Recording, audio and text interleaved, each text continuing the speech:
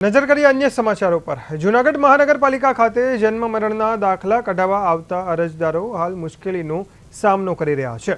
છેલ્લા કેટલાક દિવસોથી સર્વર ડાઉનની સમસ્યાને કારણે લોકોને મહાનગરપાલિકાની કચેરીના વારંવાર ધક્કા ખાવા પડી રહ્યા છે।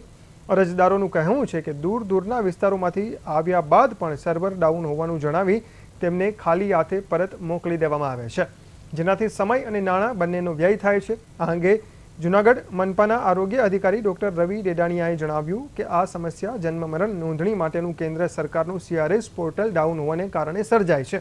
તેમણે ઉમેર્યું કે અમે રાજ્ય અને કેન્દ્ર સરકારના સતત સંપર્કમાં છીએ, જેથી આ ટેકનિકલ ખામી વહેલી તકે સુધારી શકાય। તંત્રનો પ્રયાસ છે કે ભવિષ્યમાં લોકોને ઘરે બેઠા જ આ પ્રકારના દાખલા મળી રહે તેવી વ્યવસ્થા સુનિશ્ચિત કરવામાં આવે।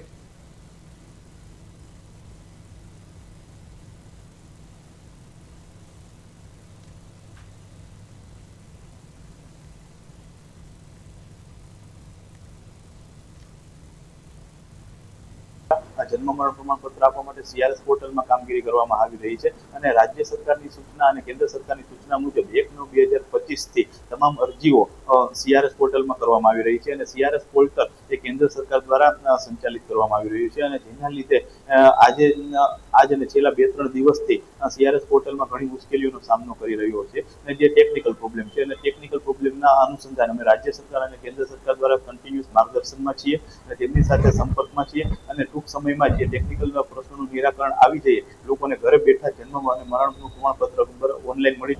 આ છેલ્લો ત્રીજો ધક્કો ખાધો હોય જન્મ તારીખના દાખલા સુધારવામાં। મારું આધાર કાર્ડ દેતા મેં મયુર નામ હતું, અત્યારે મને મૂનો કરીને આપી દીધું હોય। હવે છેલ્લા 3 ધક્કાથી ખાઉં છું તો કંઈ અહીંયા સાહેબ લોકો હાજર નથી હોતા, સર્વર ડાઉન હોય છે, લાઈનમાં ઊભવું પડે છે, તો અમારે કેટલા રોજ પાડીને આવું।